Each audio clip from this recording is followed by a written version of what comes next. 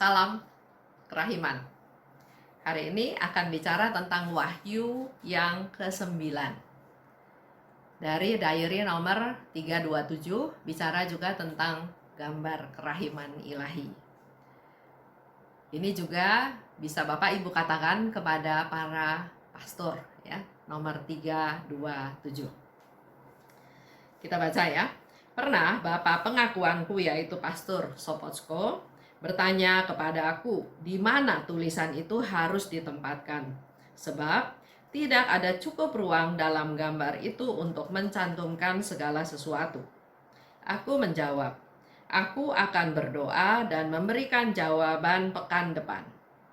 Ketika aku meninggalkan kamar pengakuan dan sedang melintas di depan sakramen Maha Kudus, aku menerima suatu pengetahuan batin mengenai tulisan itu.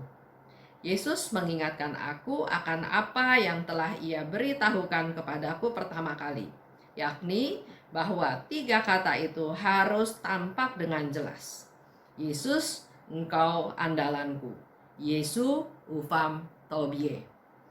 Aku sadar bahwa Yesus menghendaki seluruh kalimat ditulis dalam gambar, tetapi Ia tidak memberikan perintah langsung dan tegas seperti yang Ia lakukan untuk ketiga kata itu. Aku memberikan kepada umat manusia sebuah wadah yang harus mereka bawa ketika mereka datang memohon rahmat ke sumber kerahimanku.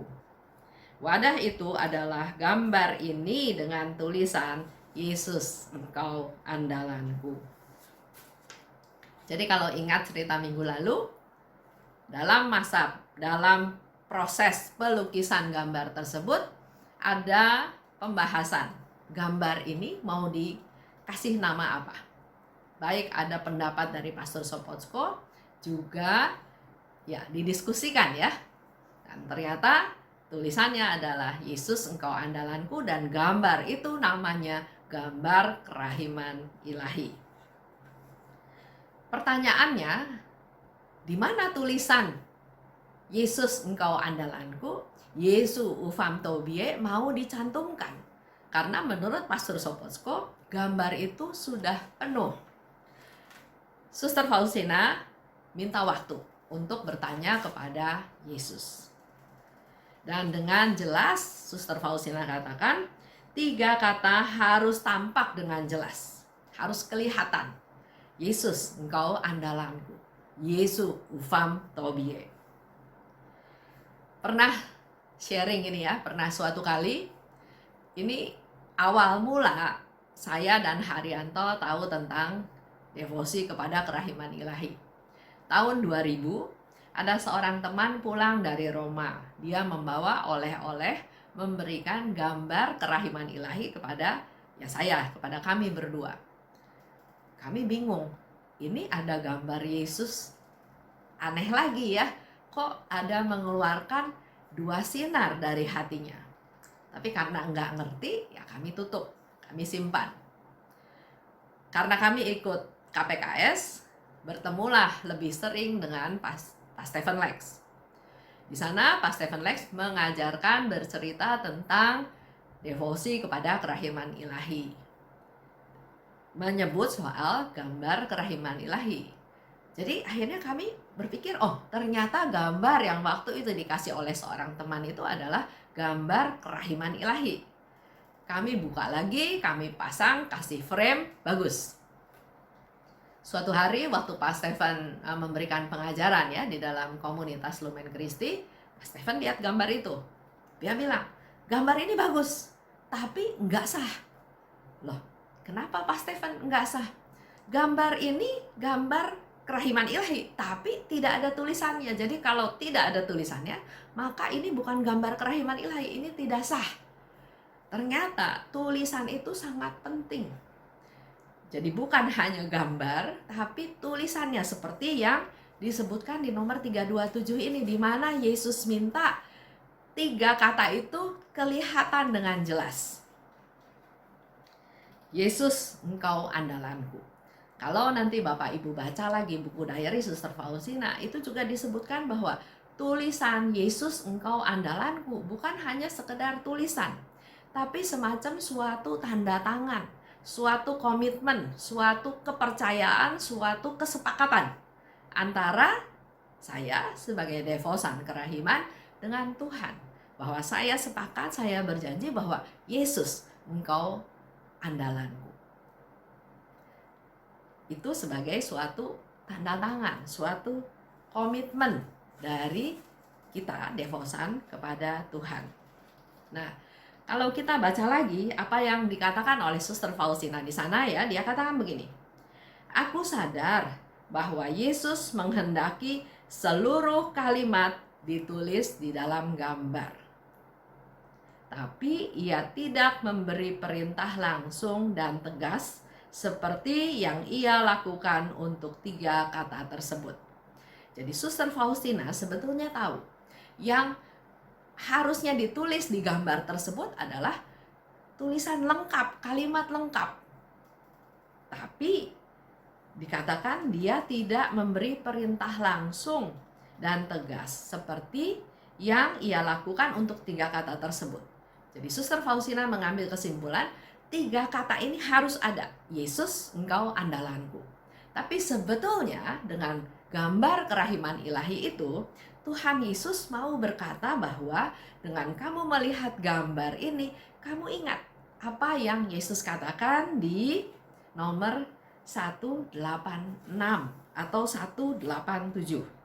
Itulah doa yang Yesus berikan kepada kita. Inilah doanya. Oh, darah dan air yang memancar dari hati Yesus sebagai sumber kerahiman, Engkau andalanku. Jadi kalimat lengkap dari gambar kerahiman ilahi itu adalah darah dan air yang memancar dari hati Yesus sebagai sumber kerahiman, Engkaulah andalanku. Jadi 3 kata yang paling penting adalah mengandalkan Tuhan. Yesus, Engkau andalanku. Tapi sebetulnya kalimat keseluruhan dari kalau kita melihat gambar tersebut, dengan melihat sinar merah dan sinar pucat, dengan melihat sinar merah melambangkan darah dan sinar putih melambangkan air, bukan putih ya, pucat, melambangkan air, kita langsung ingat bahwa darah dan air yang memancar dari hati Yesus sebagai sumber kerahiman. Pada waktu kita melihat gambar, itulah yang harus diingat. Dan selanjutnya, kalau kita melihat gambar tersebut, kita baca nomor 326. 326 di situ dikatakan, pernah Yesus berkata kepadaku, tatapan mataku dari gambar ini sama dengan tatapan mataku dari salib. Saya pernah baca buku, ternyata hal ini banyak diperdebatkan. Banyak orang berpendapat tentang pandangan matanya Yesus waktu disalib itu seperti apa. Dan ini diperdebatkan. Tapi di nomor 326, di dalam devosi kerahiman ilahi, Yesus memberikan satu konfirmasi.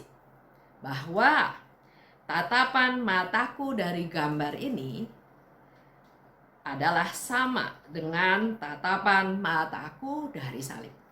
Walaupun dia menderita, walaupun dia disiksa, walaupun dia sedang sekarat, tapi tetap pandangan mata Yesus adalah pandangan yang penuh kerahiman, pandangan yang berbelas kasih.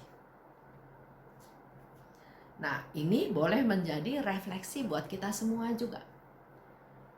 Kalau Yesus katakan bahwa pandangan mataku dari gambar ini sama dengan tatapan mataku waktu disalib, apa kira-kira arti kata-kata tersebut untuk kita pribadi lepas pribadi?